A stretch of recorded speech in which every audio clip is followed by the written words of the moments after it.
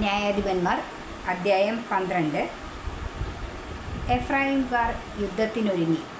അവർ സഫോണിലേക്ക് ചെന്നു ജെഫ്തായോട് പറഞ്ഞു, അമ്മോന്യരോട് യുദ്ധം ചെയ്യാൻ നീ അതിർത്തി കടന്നപ്പോൾ നിന്നോടൊപ്പം വരാൻ ഞങ്ങളെ വിളിക്കാഞ്ഞത് എന്തുകൊണ്ട്?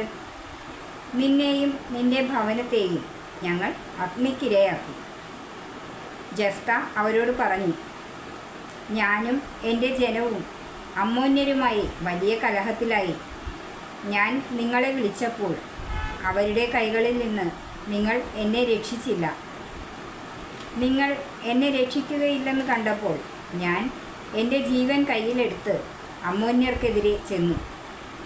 കർത്താവ് അവരെ എൻ്റെ കയ്യിൽ ഏൽപ്പിക്കുകയും ചെയ്തു. എന്നിട്ടിപ്പോൾ നിങ്ങൾ എനിക്കെതിരെ യുദ്ധം ചെയ്യാൻ വരുന്നു? ജെഫ്ത ഗിലെയാദുകാരെയെല്ലാം ഒന്നിച്ചു കൂട്ടി എഫ്രായിമിനോട് യുദ്ധം ചെയ്തു. ഗിലെയാദുകാർ എഫ്രായിമിൻ്റെയും മനാസയുടെയും ഇടയിൽ വെറും അഭയാർത്ഥികളാണെന്ന് എഫ്രായിംകാർ പറഞ്ഞതുകൊണ്ട് ഗിലെയാദുകാർ അവരെ തകർത്ത് കളഞ്ഞു. എഫ്രായിംകാരോട് എതിർത്ത് ഗിലെയാദുകാർ ജോർദാൻ്റെ കടവുകൾ പിടിച്ചെടുത്തു. എഫ്രായിമിൽ നിന്ന് ഒരു അഭയാർത്ഥി എപ്പോഴെങ്കിലും ഓടിപ്പോകുമ്പോൾ അക്കരയ്ക്ക് പൊയ്ക്കൊള്ളട്ടെ എന്ന് ചോദിച്ചാൽ, നീ ഒരു എഫ്രായിംകാരനോ എന്ന് ഗിലെയാദുകാർ ചോദിക്കും. അല്ല എന്ന് അവൻ പറഞ്ഞാൽ അവനോട് ഷിബോലത്ത് എന്ന് ഉച്ചരിക്കാൻ പറയും. ശരിയായി ഉച്ചരിക്കാതെ സിബോലത്ത് എന്ന് പറഞ്ഞാൽ അവർ അവനെ പിടിച്ച് ജോർദാൻ്റെ കടവുകളിൽ വച്ച് കൊല്ലും. 40,000 എഫ്രായിംകാർ അന്നാളുകളിൽ വധിക്കപ്പെട്ടു. ജെഫ്ത ഇസ്രായേലിൽ 6 വർഷം ന്യായപാലനം നടത്തി. ഗിലെയാദുകാരനായ ജെഫ്ത മരിച്ചു. സ്വന്തം പട്ടണമായ ഗിലെയാദിൽ അടക്കപ്പെട്ടു. ഇബ്സാൻ.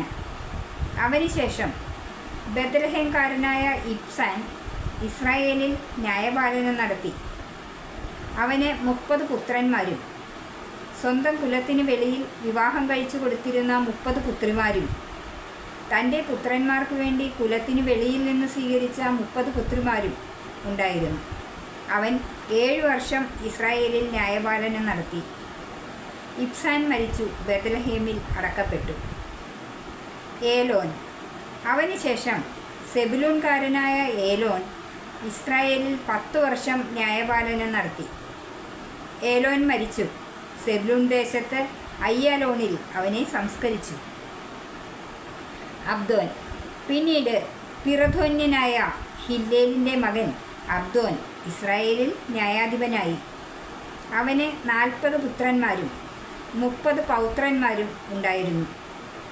അവർക്ക് സഞ്ചരിക്കാൻ 70 കഴുതകളും ഉണ്ടായിരുന്നു. അവൻ ഇസ്രായേലിൽ 8 വർഷം ന്യായപാലനം നടത്തി. പിറഥോന്യനായ ഹില്ലേലിൻ്റെ പുത്രൻ അബ്ദോൻ മരിച്ചു. അമലേക്യരുടെ വനനാട്ടിൽ എഫ്രായിം ദേശത്തെ പിറഥോനിൽ സംസ്കരിക്കപ്പെട്ടു.